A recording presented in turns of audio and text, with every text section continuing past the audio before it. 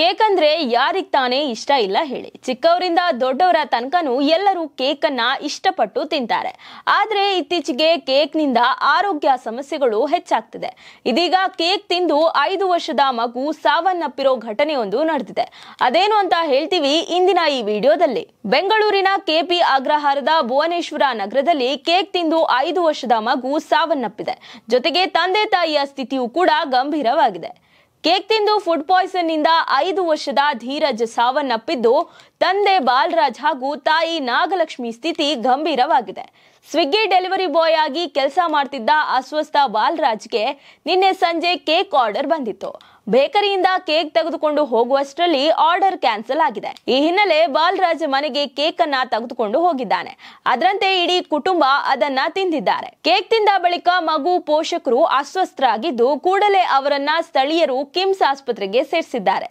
ಸದ್ಯ ಘಟನೆ ಬಗ್ಗೆ ವಿವರ ನೀಡಬೇಕಾಗಿರೋ ತಂದೆ ತಾಯಿ ಕೂಡ ಐಸಿಯುವಿನಲ್ಲಿ ಚಿಕಿತ್ಸೆಯನ್ನ ಪಡೆಯುತ್ತಿದ್ದಾರೆ.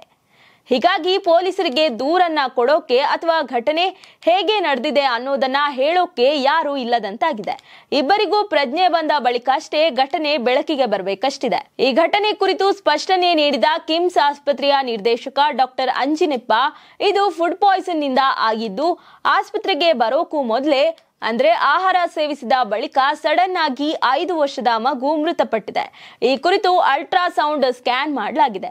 ಮಗುವಿನ ಸಾವಿಗೆ ನಿಖರ ಕಾರಣ ವರದಿಯಲ್ಲಿ ತಿಳಿಯಬೇಕಿದೆ. ಯಾವ ಕಾರಣ ಅಂತ ರಿಪೋರ್ಟ್ ನೋಡಿದ ಬಳಿಕ ಹೇಳ್ತೇವೆ. ಸದ್ಯ ಇದು ಫುಡ್ ಪಾಯ್ಸನ್ ಅಂತ ಪ್ರಾಥಮಿಕ ವರದಿಯಲ್ಲಿ ಗೊತ್ತಾಗಿದೆ. ಇನ್ನು ಮೃತ ಮಗುವಿನ ತಂದೆ ತಾಯಿಗೆ ಚಿಕಿತ್ಸೆಯನ್ನ ನೀಡಲಾಗ್ತಿದೆ ಅಂದ್ರು. ಇನ್ನು ಬಾಲರಾಜ್ ಮತ್ತು ನಾಗಲಕ್ಷ್ಮಿ ದಂಪತಿಗೆ ಒಂದು ಗಂಡು ಹಾಗೂ ಒಂದು ಹೆಣ್ಣು ಮಗು, 2 ಮಕ್ಕಳಿದ್ದಾರೆ.